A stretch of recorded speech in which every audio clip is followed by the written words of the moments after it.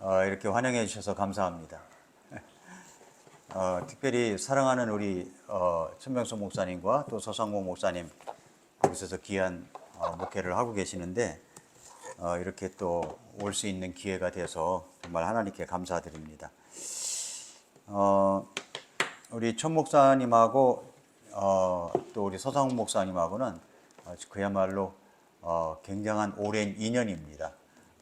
귀하게 지금까지 함께했고 그리고 허심탄회하게 마음에 있는 것을 나누어도 전혀 부담이 되지 않는 두 분이라서 제가 참 주 안에서 존경하고 사랑하는 귀한 목사님이십니다. 제주도에서 이렇게 또 귀한 교회를 이룰 줄은 예전엔 미처 몰랐었는데 하나님께서 이렇게 인도하셔서 여러분과 함께 이렇게 귀한 사역을 이루어나가는 것을 볼 때 얼마나 마음이 기쁜지 모릅니다. 앞으로 서귀포 교회가 하나님께서 쓰시는 귀한 은혜의 역사가 계속 있기를 기도하겠습니다. 네. 사실 이제 휴가라 어디로 갈지 몰라가지고 이렇게 이야기했었는데 우리 서상 목사님이 무조건 오라고 그래가지고 부담 없이 왔는데 이렇게 또 말씀을 전할 기회까지 줘가지고 한편으로는 부담이 되지만 또 축복이라고 생각합니다. 우리 귀한 서귀포 식구들과 함께 귀한 말씀을 같이 나누도록 하겠습니다. 이 시간 그냥 앉으신 채로 사사기 3장 12절부터 23절까지 보겠습니다. 사사기 3장 12절부터 23절까지 사사기 3장 12절부터 23절까지 제가 한 절 읽고 여러분이 한 절 읽으시고 그렇게 해서 마지막 절은 같이 읽도록 하겠습니다. 이스라엘 자손이 주의 눈앞에서 다시 악을 행하니라. 그들이 주의 눈앞에서 악을 행함으로 주께서 모압 왕 에글론을 강성하게 하사 이스라엘을 치게 하시매 아말렉 자손을 모으고 나와서 이스라엘을 치며 종려나무 도시를 수호하였으므로 이에 이스라엘 자손이 모압 왕 에글론을 18년 동안 섬기니라. 그러나 이스라엘 자손이 주께 부르짖음에 주께서 그들을 위하여 한 굿줄자를 일으키셨으니 곧 베냐민 족속 게라의 아들 왼손잡이 에웃이더라. 이스라엘 자손이 그를 시켜 모압 왕 에글론에게 예물을 보내니라. 그러나 에웃의 길이가 1규빗이고 양쪽에 날이 선 칼을 만들어 옷 밑으로 오른쪽 넓적다리에 그것을 차고 모압 왕 에글론에게 예물을 가져갔는데 에글론은 살이 많이 찐 자더라. 에웃이 예물 바치기를 마친 뒤에 예물을 메고 온 자들을 보내고 자기는 길갈 옆에 돌 뜨는 곳에서부터 뒤돌아와 이르되 오 왕이여 내가 왕에게 은밀한 용건이 있나이다 하니 왕이 말하여 조용히 하라 하매 그 곁에 섰던 모든 자들이 그에게서 물러가 에웃이 그에게 갔는데 그는 자기만을 위해 소유한 여름 거실에 앉아 있더라. 에웃이 이르되 내가 하나님께 받아 왕에게 드릴 말씀이 있나이다 하매 그가 자리에서 일어나니 에웃이 자기 왼손을 내밀어 자기의 오른쪽 넓적다리에서 칼을 빼서 그의 배를 다같이 칼자루도 나를 따라 들어갔고 기름이 칼날에 엉김으로 그가 칼을 그의 배에서 빼지 못하였으며 오물이 나오더라. 아멘. 하나님 아버지, 오늘 이렇게 귀한 교회를 저희들이 와서 말씀을 나누도록 인도하심을 감사드립니다. 말씀을 통해서 은혜가 되게 하시고 하나님의 말씀으로 축복이 되는 말씀이 되도록 역사하여 주시옵소서.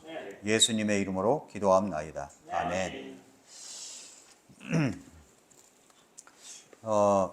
오늘 저는 사사기 이 말씀을 통하여 약해도 쓰임받는다라는 이 제목을 가지고 말씀을 좀 나누기를 원합니다.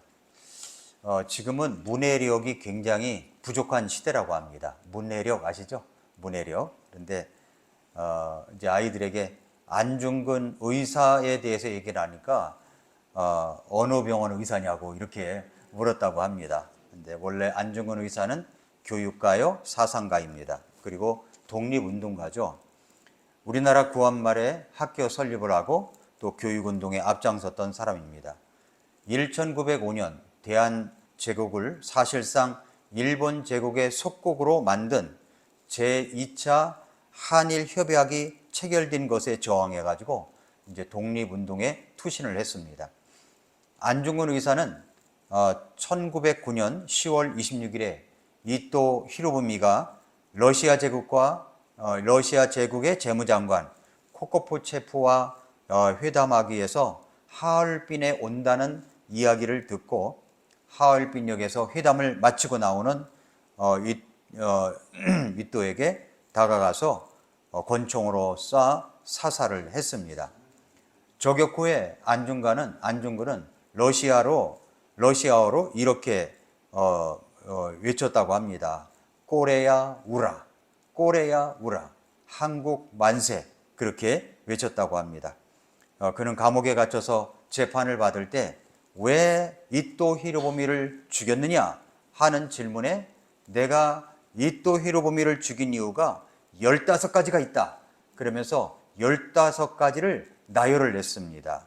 한국의 명성황후를 시해한 죄, 고종황제를 폐위시킨 죄, 5조약과 7조약을 강제로 맺은 죄, 무고한 한국인들을 학살한 죄, 정권을 강제로 빼앗은 죄, 철도광산 산림 천택을 강제로 빼앗은 죄, 제1은행권 지폐를 강제로 사용한 죄, 군대를 해산시킨 죄, 교육을 방해한 죄 등등등 해서 마지막에는 일본 천황폐하의 아버지 태왕제를 죽인 죄, 이렇게 15가지를 나열해가지고 내가 이토 히로부미를 죽일 수밖에 없었던 15가지 이유가 있었다라고 이야기를 했습니다. 그런데 이런 안중근과 같은 사람이 성경에 나온다는 겁니다. 그분이 누구냐면 바로 오늘 읽은 에훗이라는 사람입니다. 에훗, 사사기의 에훗. 에훗은 나라가 어려움에 빠져가지고 모압이라고 하는 이 나라의 속국으로 18년 동안 고통을 받고 있을 때 하나님의 부르심을 받았습니다. 그는 왼손잡이였습니다. 그는 45cm 정도 되는 칼을 오른쪽 다리 옷 속에 차고 모압 왕에게 곡물을 바치러 갔다가 바치고 나오는 중에 모압 왕에게 내가 하나님의 명을 받들어 왕에게 고할 일이 있나이다 하면서 왼손으로 왼편 다리에서 칼을 빼어가지고 그 왕의 몸을 찔렀는데 45cm나 되는 이 칼끝이 등 뒤에까지 튀어나올 정도로 찔렀고 또 칼을 빼지 않아가지고 그대로 두니까 기름이 칼날에 엉기어서 그는 죽게 됩니다. 에훗은 그리고 거사를 일으킵니다. 이런 이야기가 바로 이제 사사기에 나오는 에훗에 관한 이야기입니다.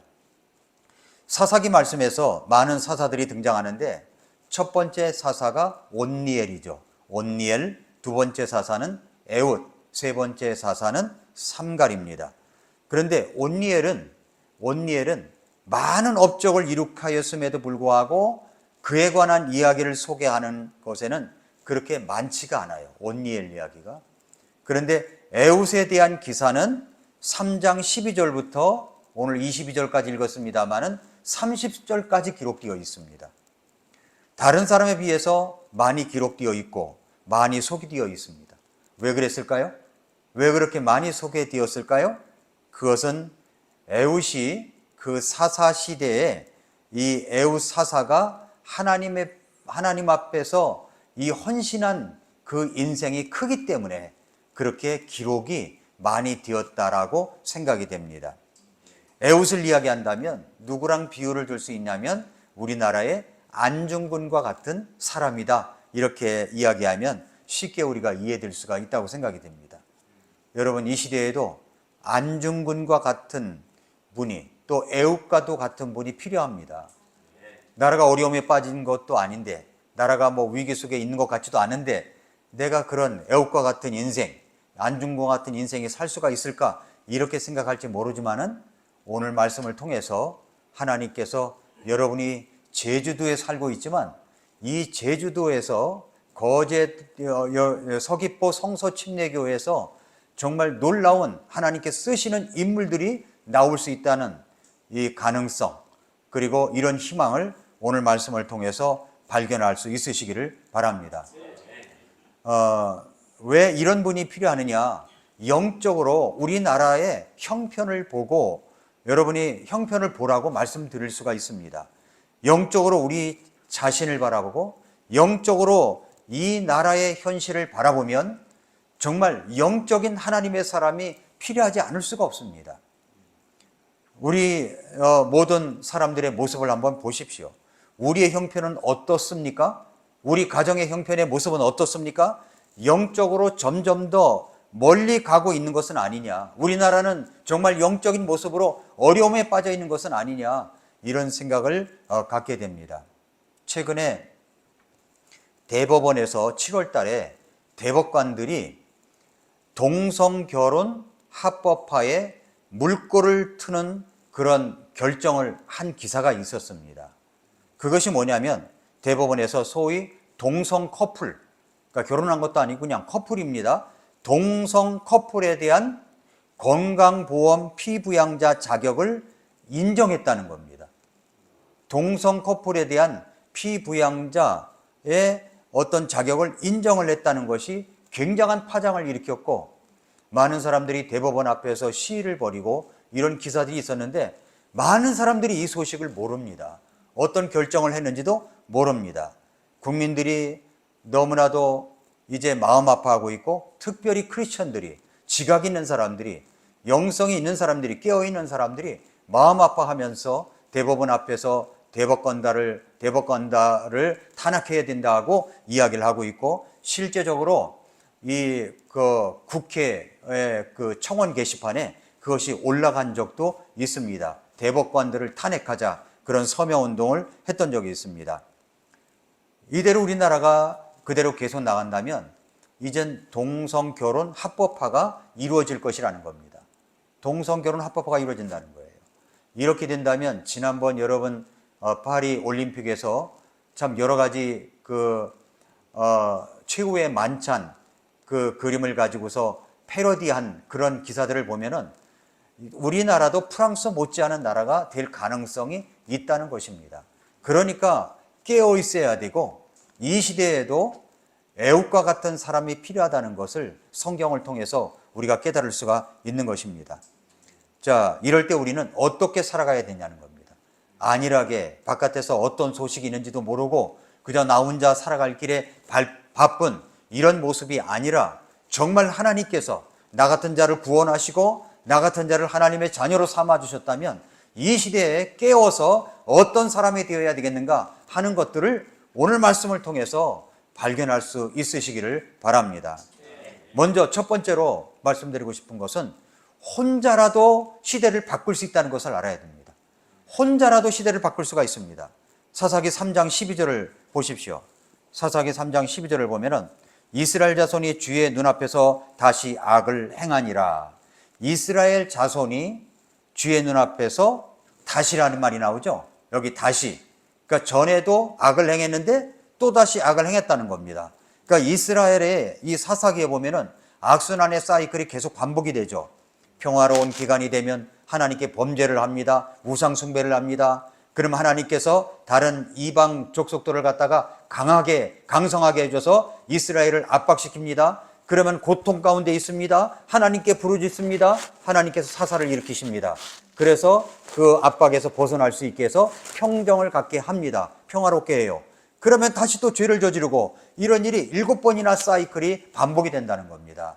여기 다시라는 말이 그래서 나온 겁니다. 다시 악을 행하니라. 그들이 주의 눈앞에서 악을 행함으로 주께서 모압 왕 에글론을 강성하게 하사 이스라엘을 치게 하셨다라고 이야기를 하고 있습니다. 여러분, 여기 말씀해 보면은 말씀에 순종하면 강한 사람이 될 수가 있어요. 말씀에 순종하면 능력 있는 삶을 살아갈 수가 있습니다. 그런데 내가 갑자기 약해집니다. 내가 갑자기 어려움에 빠집니다.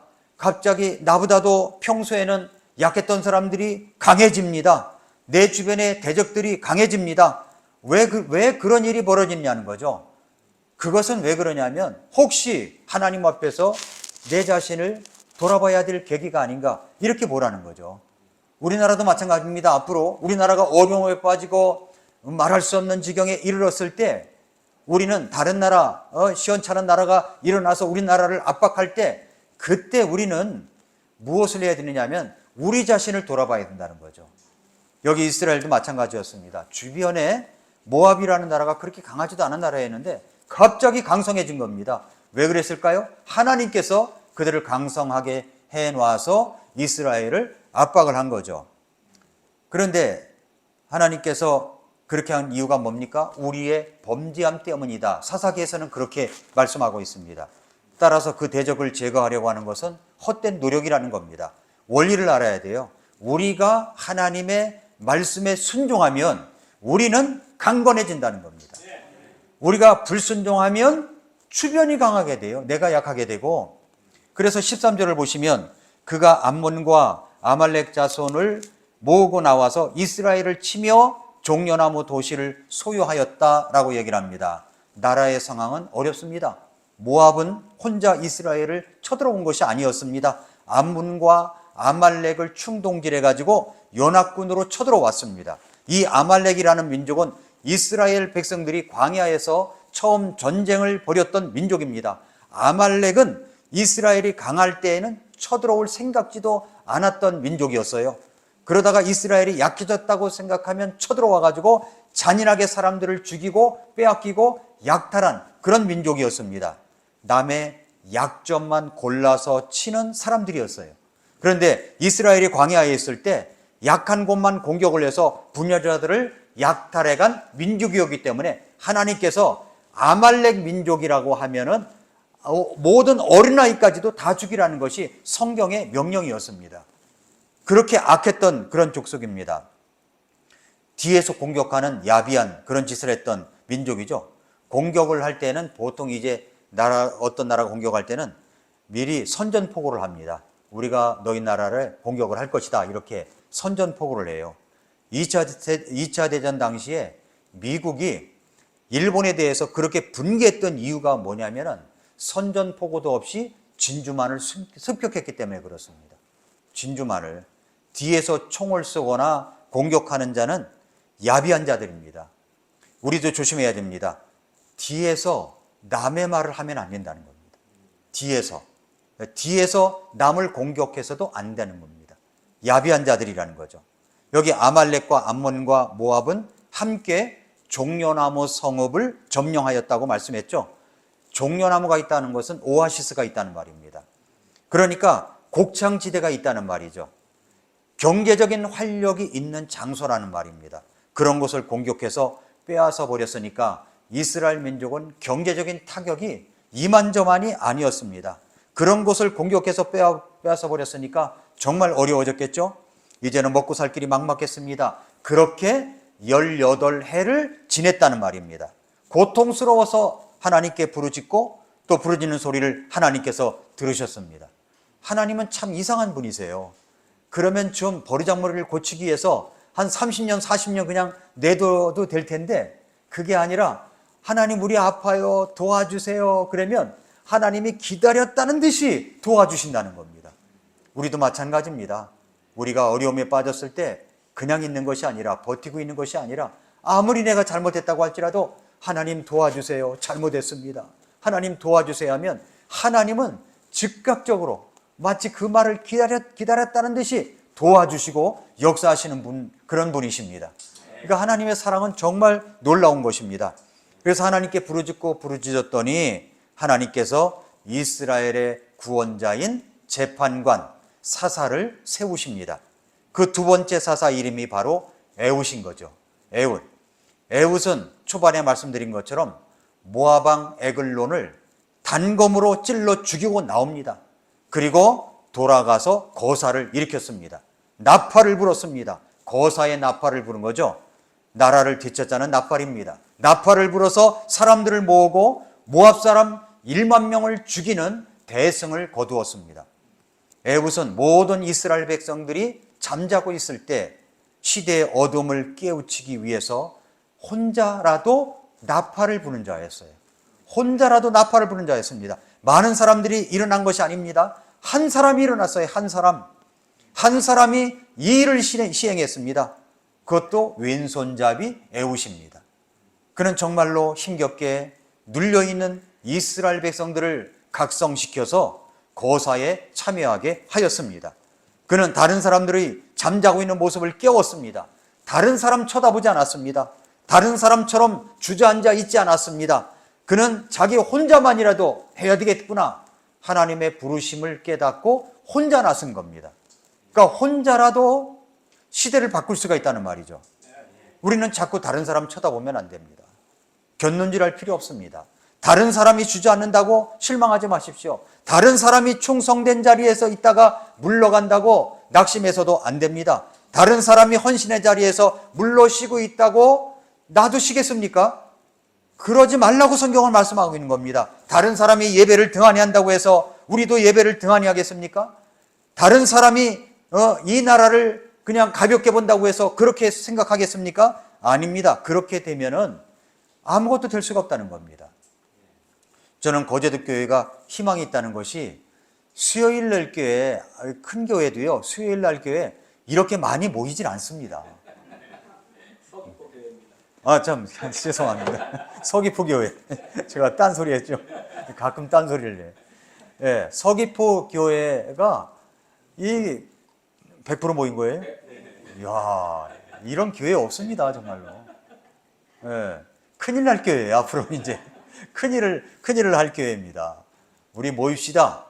그러면 가게문이라도 다 내리고 모이는 겁니다. 저희 교회에서도 한번 수요일 날 한번 모입시다. 가게문이라도 닫고 모입시다. 한번 해봤어요. 근데 반도 안 모이더라고요. 근데 큰비성서 침례교회는 진짜 수요일 날 많이 모이는 교회예요. 예, 대형 교회 못지않게 잘 모이는 교회입니다. 예, 그런 교회 목사님이 여기 와서 하셔서 그런지 모르지만은 정말 이렇게 많이 모여서 하나님께 감사드립니다. 다른 사람 어찌 하든지 나 혼자 주님 앞에 충성된 사람이 될 때 하나님께서 그 사람을 쓰시는 겁니다. 그런 사람이 모이면 하나님이 인도하시는 겁니다. 그러므로 우리는 해야 됩니다. 혼자라도 해야 된다는 거죠. 혼자라도. 왜냐하면 하나님께서는 혼자의 충성이라도 받아주셔서 놀랍게 쓰시는 분이기 때문에 그렇습니다. 불을 댕겨주어도 불이 붙지 않는 축축한 인생이 아니라 다른 사람에게 불을 붙여주는 사람이 되시기를 바랍니다. 제주도에서 이제 서귀포 교회가 이렇게 모여서 수요 예배를 드린다. 이제 우리 권상웅 형제님이 이제 카메라 촬영도 하고 있잖아요. 수요일날 이렇게 많이 모였다. 100% 모였다. 이게 다른 교회에서는 도전이 되는 겁니다. 카메라가 여기만 비추잖아요. 여기 비추지 않고. 그러니까 100% 모였다. 정말 놀라운 겁니다. 저희 교회에서도 굉장히 도전이 되는 거예요. 한편으로는 부끄럽고 창피스럽기도 하고 한번 모이자 하면 모일 수 있는 교회가 되어야 된다는 거죠. 혼자만의 충성이라도 주변 사람들, 시대를 깨우는 사람이 될 수가 있습니다. 에훗이 그랬던 사람입니다. 나라가 하나님을 거절하고 죄악을 저지름으로 약해져 있습니다. 가정이 하나님을 예배하는 일을 등한히 하고 있습니다. 교회가 다들 자기 일을 돌아보는 시간에 바빠서 공동체를 세워가는 일에 등한히 하고 있습니다. 약해져 있습니다. 이럴 때 우리는 어떻게 해야 되겠습니까? 혼자라도 충성을 하는 겁니다. 에훗이 그랬어요. 에훗은 비록 자신이 가지고 있는 역량은 약한 모습이었지만 약해도 쓰임받을 수 있다. 이런 마음을 가지고 하나님 앞에 부르심에 임했던 사람입니다. 지금 이 시대에는 지금 우리 교회는 바로 이런 사람이 필요한 시대라고 하는 겁니다. 불을 댕겨주는 사람이 필요한 겁니다. 불을 댕겨주는 교회가 필요한 것입니다. 그러므로 여러분 정말 하나님 앞에 그렇게 쓰임받는 여러분들이 될 수 있기를 바랍니다. 저와 우리 천 목사님은 우리 서상훈 목사님도 오랫동안 같이 친교회에서 같이 일을 해서 같이 호흡이 잘 맞는 목사님이기도 하지만 우리 천명서 목사님은 어떻게 친구가 됐냐면은 선교 때문에 친구가 됐어요. 선교 때문에. 그것도 몽골 선교 때문에 친구가 되었습니다. 그때부터 지금까지 아주 좋은 친구로 남아서 의리가 있는 친구로 남아서 함께 하고 있습니다. 이번에도 우리 천 목사님이 가지 못한다 할지라도 저는 할 말이 없죠. 왜냐하면 이제 개척을 시작했고 그랬기 때문에 가기가 어렵겠다 이렇게 생각이 들었는데 가겠다고 하시는 거예요. 저는 얼마나 감사했는지 몰라요. 몽골 선교에 날개를 단 것은 우리 천 목사님과 큰빛교회 때문에 날개를 달았습니다. 그 교회에서 우리 사역자들을 파송해서 1, 2년 동안 거기서 단기 선교사로 가 있게 해주고 교회에서 다 서포터하고 단기 선교를 보내고 사람들 가서 돕게 하고 또 여름에 같은 데 사역팀들을 보내고 그렇게 해서 몽골 선교가 굉장히 힘을 받아서 여기까지 왔다고 저는 믿고 있습니다. 늘 저는 감사한 마음이 있어요. 이번에 가서도 함께 가서 귀한 사역을 함께 했는데 얼마나 힘이 되는지 모릅니다. 또 모인 사람들이 이번에 목회자학교에 모인 사람들이 촌 목사님 강의에 반해버렸어요. 얼마나 힘을 얻는지 다들 그렇게 고마워하는 그런 간증들을 들을 수가 있었습니다. 여러분, 촌 목사님과 저는 어떻게 보면은 대형 교회도 그렇게 많고 많은데 어떻게 보면은 약하고 약한 그런 사람들이었습니다. 그러나 함께 힘을 합쳐서 몽골 선교를 함께 했을 때 몽골의 곳곳에 교회들이 많이 세워지고 그리고 사역자들을 세울 수가 있었고 목사 안수를 할 수가 있었습니다. 혼자라도 쓰임받을 수 있다. 이것을 잊지 마시기 바랍니다. 그 다음에 이제 두 번째 마지막입니다. 명설교는 짧아야 된다고 생각이 들어서 제가 짧게 준비했습니다. 자, 둘째로는 뭐냐면 약해도 쓰임받을 수가 있습니다. 약해도 쓰임받을 수 있다는 거예요. 사사기 3장 15절을 보세요. 그러나 이스라엘 자손이 주께 부르짖음에 주께서 그들을 위하여 한 구출자를 일으키셨으니 곧 베냐민 족속 게라의 아들 왼손잡이 에웃이더라. 이스라엘 자손이 그를 지켜 모압 왕 에글론에게 예물을 보내니라. 자, 이 말씀 보면은 에웃의 모습이 나오죠. 에웃은 어떤 사람이라고 했습니까? 특징이 뭐예요? 왼손잡이래요. 왼손잡이. 옛날부터 이스라엘 백성들도 그랬지만 옛날부터 왼손잡이다 라고 하면은 상서롭지 못하다고 해가지고 오른손을 쓰라고 강요를 했습니다. 우리 부모님들이 그러잖아요. 왼손을 못 쓰게 하고 오른손을 쓰게 하는데 요즘은 양손 다 쓰면 좋지 이렇게 해가지고 이야기를 하지만 왼손잡이라고 하면 그렇게 좋지 않게 봤습니다. 고대 사람들도 그랬고요. 이스라엘 사람들도 왼손 쓰는 것을 그렇게 싫어했습니다. 특별히 중동 지방에서는 더더욱 싫어해요. 중동 지방에서는 대변을 본 후에 휴지가 없다고 하면 화장실에 물로 닦아내요.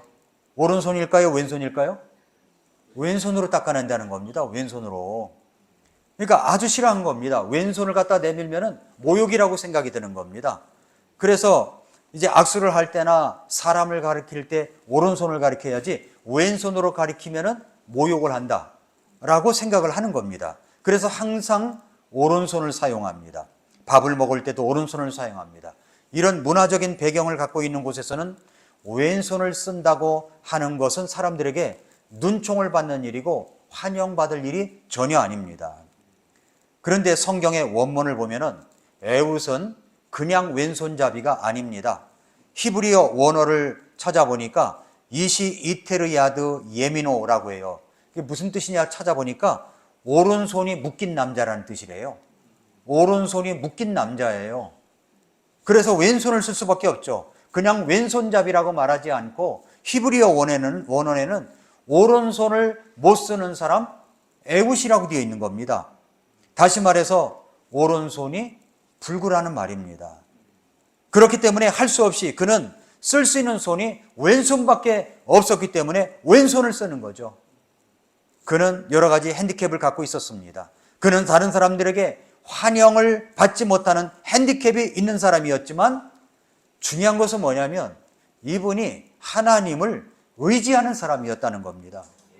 그래서 어떤 성경학자는 에웃을 가리켜서 이렇게 말했습니다. 에웃은 오른손을 못 쓰는 단점 때문에 하나님을 의지하였고 하나님은 하나님을 의지하는 에웃에게 오른손이 되어 주셨다는 겁니다. 너무 놀라운 말이에요, 이 말이. 에웃은 오른손을 못 쓰는 핸디캡이 있는 사람이었습니다. 그래서 하나님만 의지한 겁니다. 그는 약점 때문에 하나님을 바라보았고 의지했습니다. 하나님은 그렇게 주님을 의지하는 에웃을 보살피셔서 평생의 오른손잡이가 되어주셨습니다.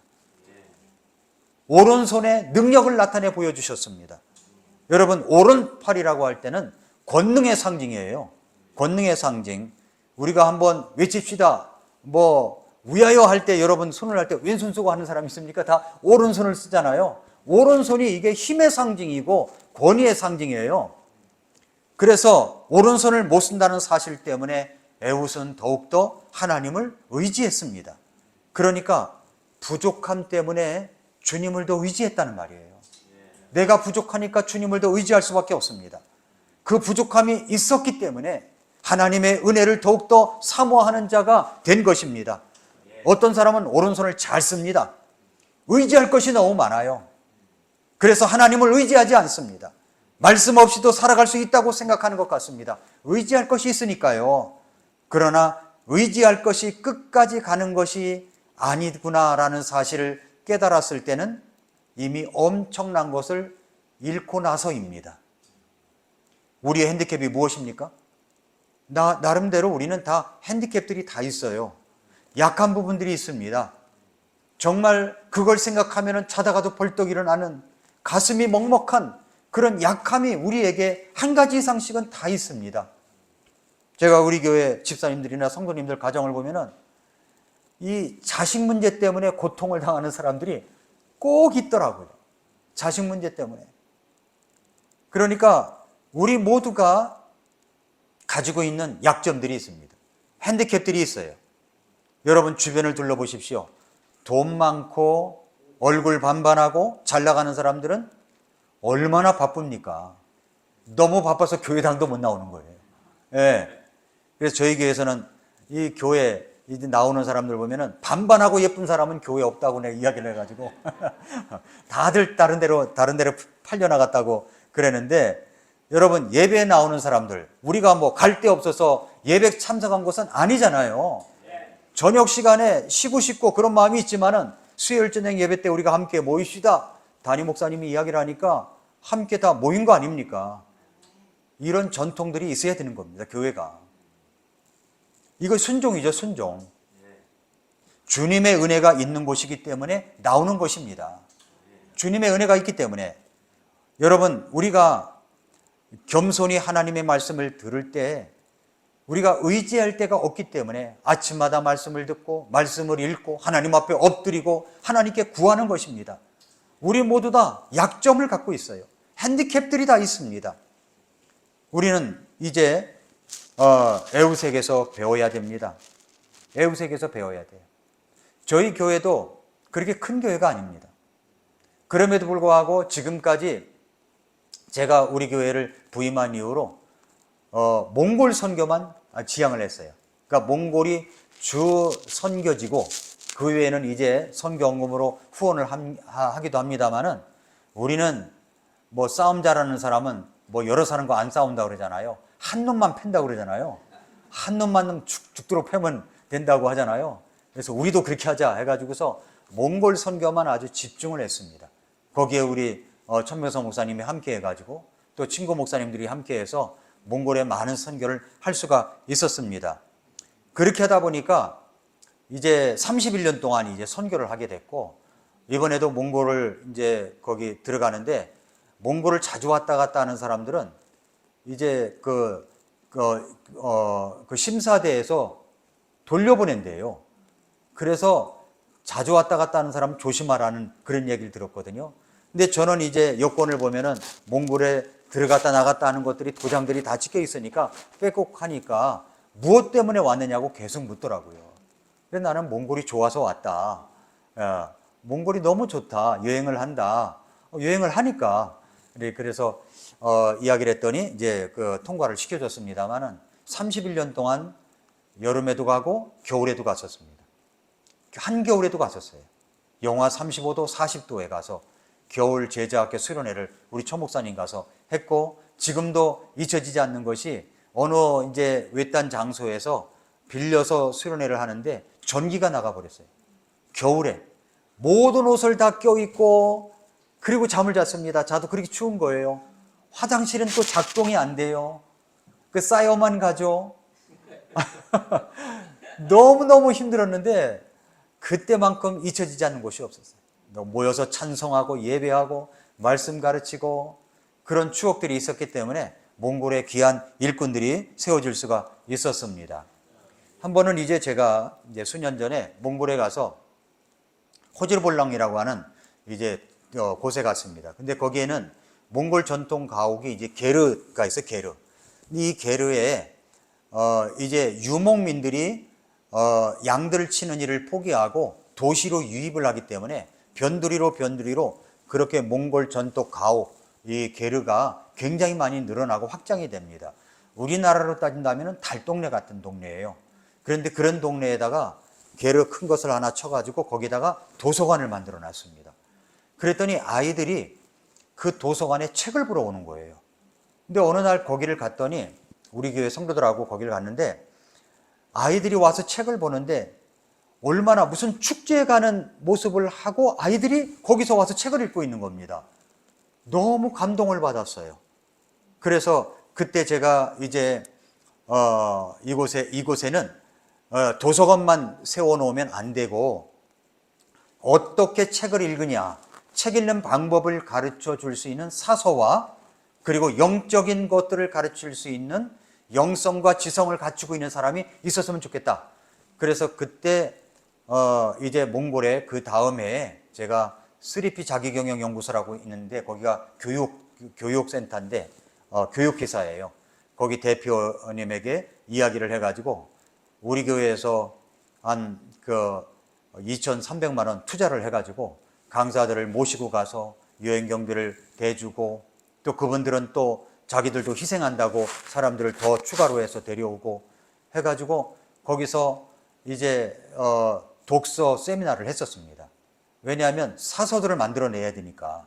근데 그때 당시에 선교사님들이 몽골에 나와 있는 선교사님들이 모두 참석을 한 거예요. 모두 참석을 해가지고 거기서 독서 모임을 시작을 했습니다. 독서 모임.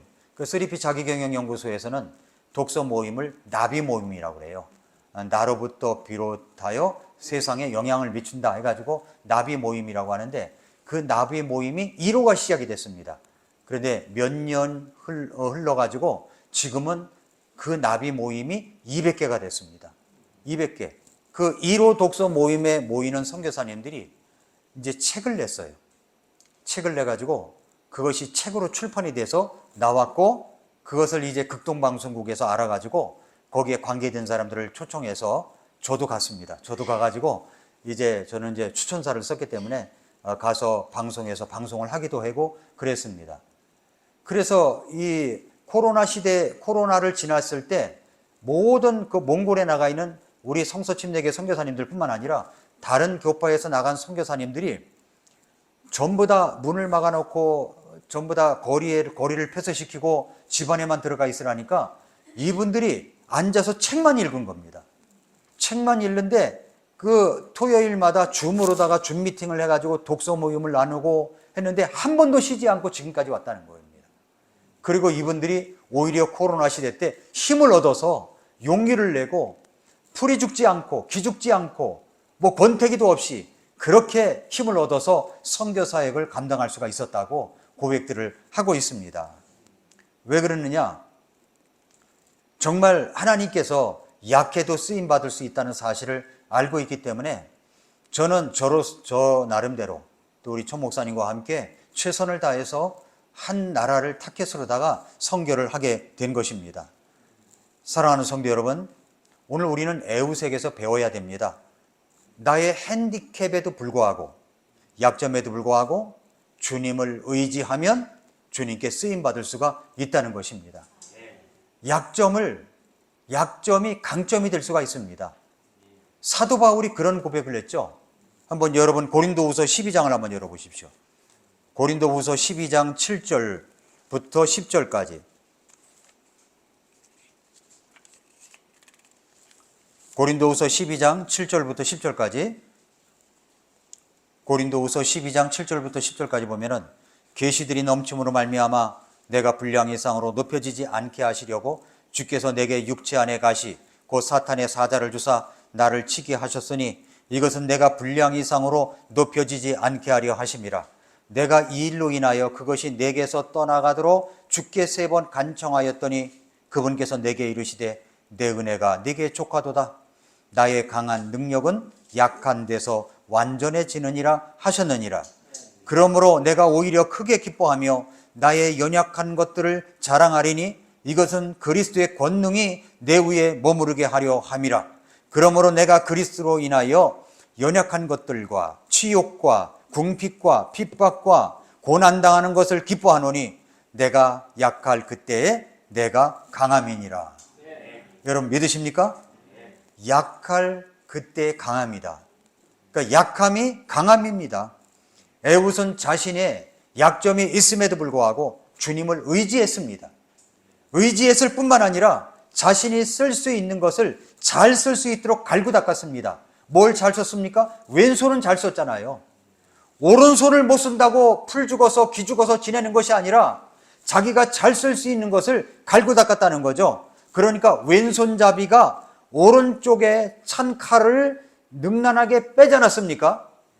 다른 사람 보통 오른손으로 칼을 빼니까 눈치를 못 채죠. 그런데 에훗은 왼손잡이로서 오른쪽에 쓴 칼을 갖다가 능수능란하게 뺄 수 있었다는 거죠. 그렇습니다. 내게 없는 것을 있게 하려고 노력하고 있는 것이 아니라 내게 있는 것을 더 훈련해서 쓸 줄 알아야 된다는 겁니다. 내게 뭐가 있습니까? 그걸 발견해야 된다는 거죠. 없는 것 때문에 실망하고 없는 것 때문에 절망하는 것이 아니라 내게 있는 것이 뭐냐? 내게 있는 것이 뭐냐? 프로의식을 갖고서 갈고 닦는 겁니다. 내게 쓸 수 있는 것은 왼손밖에 없습니다. 남들이 다 쓰는 오른손을 쓰지도 못합니다.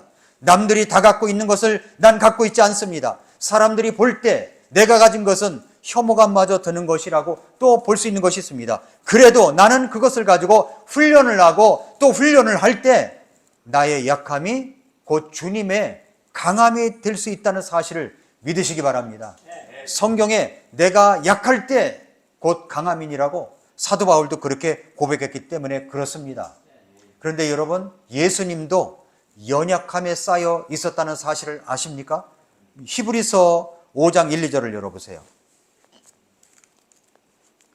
히브리서 5장 1, 2절. 히브리서 5장 1, 2절에 사람들 가운데서 지한 대제사장마다 하나님께 속한 일들에서 사람들을 위하여 임명을 받나니 이것은 그가 죄들로 인해 예물과 희생물을 드리게 하려 함이라. 그가 무지한 자들과 길에서 벗어난 자들을 불쌍히 여길 수 있음은 그 자신도 연약함에 쌓여 있기 때문이라 말씀했습니다. 예수님조차도 연약함에 쌓여 있었던 분이라고 말씀하고 있습니다. 예수님은 억울한 일도 너무 많이 당하셨던 분이십니다. 예수님은 십자가에서 모든 고통도 당하셨었습니다. 예수님은 채찍으로 한 번 때리면 끝에 철이 있어가지고 이걸 때리면은 살점이 쩍쩍 묻어 나오는 채찍도 맞으셔야 했었습니다. 양손에 대못을 박히셨습니다. 양발을 푹에서 대못이 박히셨습니다. 축 늘어진 육체, 너무나도 힘들고 힘이 들어서 목이 마르셨습니다. 그래서 예수님께서 외치셨습니다. 내가 목마르다. 그 십자가를 바라보는 사람들마다 혀를 찼어요. 죄인만 못 박히는 십자가에 예수님께서 못 박히셨습니다. 사람마다 예수님의 약함을 보았습니다. 예수님은 연약에 쌓여 있었습니다. 왜 그랬을까요? 나의 죄를 위해서 그렇게 하셨다는 사실입니다. 그래서 성경 말씀 그대로 예수님은 무지함으로 말미암아 그릇된 길을 가는 사람들을 너그럽게 용서할 수 있었던 것은 예수님도 연약함에 쌓여 있었기 때문이라고 히브리서 5장 2절에 말씀하고 있습니다. 성도 여러분, 약하다고 생각하십니까? 약하다고 생각이 드세요? 돌아서면 뭔가 복받쳐 오르는 서름이 있으십니까? 핸디캡이 있다고 생각되십니까? 약점이 있어서 어디에 내놓기도 부끄럽다고 생각하십니까? 우리가 그것을 먼저 안다는 것은 얼마나 다행스러운 일인지 모릅니다. 어떤 사람은 자신의 연약한 사람임에도 불구하고 약점 투성인데도 불구하고 자신이 연약한 사람인 것을 몰라요. 무지한 사람이 많습니다. 여러분, 성경은 또 이렇게 말씀합니다. 시편 39편 4, 5절을 열어보세요. 시편 39편 4절 5절. 시편 39편 4절 5절.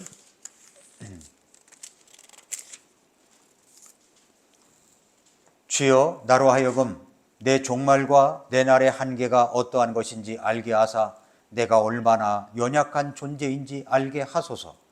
보소서 주께서 내 날들을 한 뼘만큼 되게 하셨사오니 내 시대가 주의 앞에는 없는 것 같사오며 참으로 모든 사람은 최선의 상태에서도 전적으로 헛될 뿐이니이다 말씀했습니다. 시편 기자도 기도했잖아요. 내 종말과 내 날의 한계가 어떠한 것인지 알게 하소. 내가 얼마나 연약한 존재인지 알게 해달라고 기도했습니다. 우리가 그런 기도가 필요한 것입니다. 히브리서 12장 12절과 13절에 보니까 히브리서로 다시 넘어가서 펴보겠습니다. 히브리서 12장 12절과 13절. 그러므로 늘어진 손과 연약한 무릎을 일으켜 세우고 이렇게 세우고 너희 발을 위해 곧은 행로들을 만들지니 이것은 저는 것이 길에서 벗어나지 아니하고 고침을 받게 하려 함이니라 말씀을 하셨습니다. 그렇습니다. 성도 여러분, 에훗은 왼손잡이라고 하는 약점이 있었지만 주님께서 오른팔이 되어주셔가지고 주님께 쓰임받는 놀라운 일을 행했습니다. 나라를 구했습니다. 나라를. 여러분도 저도 쓰임받을 수가 있습니다. 나의 연약한 부분을 일으켜 세우고 주님을 의지하며 나아가시기를 바랍니다. 주님께서 여러분을 축복하십니다. 하나님께서 이 서귀포 성서침내에 여러분을 붙여주신 이유가 있는 겁니다. 여기에 인생의 한 부분을 찍고 여러분이 살아갈 이유, 그것을 분명히 하나님께서 여러분에게 주셨을 것이라고 믿습니다. 하나님께서 여러분을 축복하십니다. 여러분의 약함을 주님께 드리면 여러분은 무너져가는 주변 사람들을 건져낼 수 있을 것입니다.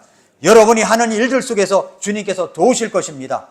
내 없는 것을 보지 마시고 있는 것을 강하게 만드시며 나의 연약함은 주님께서 그 팔이 되어주신다고 믿으시고 주님께 쓰임받는 성도 여러분 되실 수 있으시기를 축복합니다. 기도하겠습니다. 하나님 아버지 감사합니다.